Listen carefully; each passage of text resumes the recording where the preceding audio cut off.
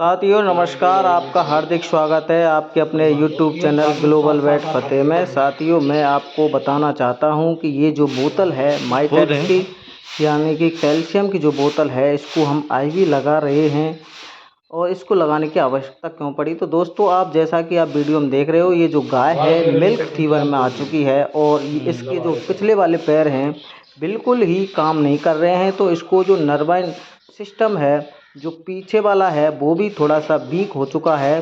तो और जो टेम्परेचर है इसका 97 आ रहा है और इस वजह से हमको इस माइफेक्स बोतल को लगाने की आवश्यकता पड़ी।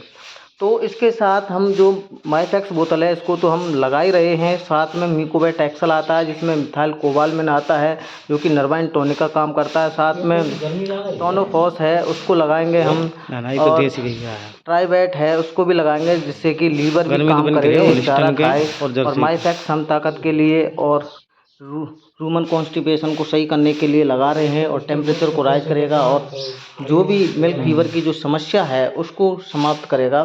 तो दोस्तों इसको बहुत ही आसान तरीके से IV लगाई गई है और IV धीरे धीरे इसको हम दे रहे हैं। इसको पहले ही एंटी एलर्जिक इंजेक्शन दे दिया जा चुका है जिससे कि कोई भी शॉक की स्थिति बने तो वो पहले ही कंट्रोल कर सके। तो हमने एंटी एलर्जिक जो इंजेक्शन है CPM क्लोरफेनामाइन मैलेट उसको हमने लगा दिया है। साथियों इसकी स्थिति काफ़ी ख़राब है और इसको हम लगा रहे हैं और इंजेक्शन वगैरह इसके बाद हम लगाएंगे।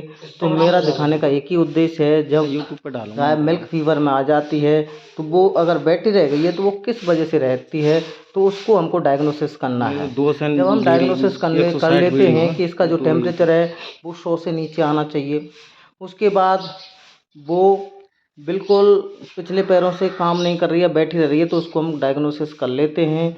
उसके बाद हम देखते हैं कि कहीं चोट की वजह से तो पशु बैठा नहीं रह गया है, तो हम उसको भी पशुपालक से पूछते हैं और ख़ुद भी जांच करने की कोशिश करते हैं। जब हमको पता चल जाता है कि स्थिति ये है तो फिर हम इस माइफेक्स बोतल को लगाते हैं और इसका जो कंटिन्यू इलाज है 2-3 दिन करना होता है। तो साथियों ये जो बोतल है इसको लगाने के बाद ये जो पशु है कभी कभी तो बोतल लगते टाइम ही खड़ा हो जाता है या फिर 1-2 घंटे बाद हो जाता है या फिर 12 घंटे के बीच में कभी भी हो सकता है। और स्थिति ये आती है अगर नहीं होता है खड़ा तो फिर दोबारा रिपीट इंजेक्शन वगैरह जो भी ट्रीटमेंट है मिल्क फीवर का वो रिपीट करना होता है। और इस तरीके से हम जो ये गाय है इसको हम ट्रीटमेंट दे रहे हैं। साथियों यकीन मानिए ये गाय बिल्कुल सही हो चुकी है।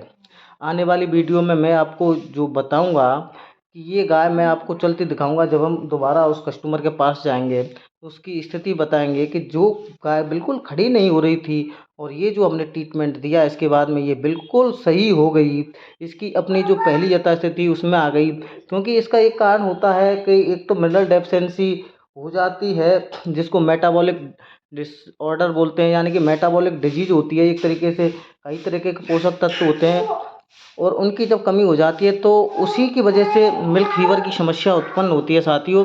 तो उसको हम कंट्रोल करने के लिए वो पोषक तत्व हमको IV रूट से या इंट्रामस्कुलर रूट से या खाने के रूप से देने होते हैं, तभी वो पशु सही हो पाता है। तो साथियों मेरा कहने का एक ही उद्देश्य है, सबसे पहले जो अच्छी तरीके से पशु की डायग्नोसिस है यानी कि उसकी जांच पड़ताल करनी चाहिए कि वास्तविकता क्या है जिसकी वजह से वो पशु बैठा रह गया है। साथियों आप हमारे चैनल को लाइक करें, शेयर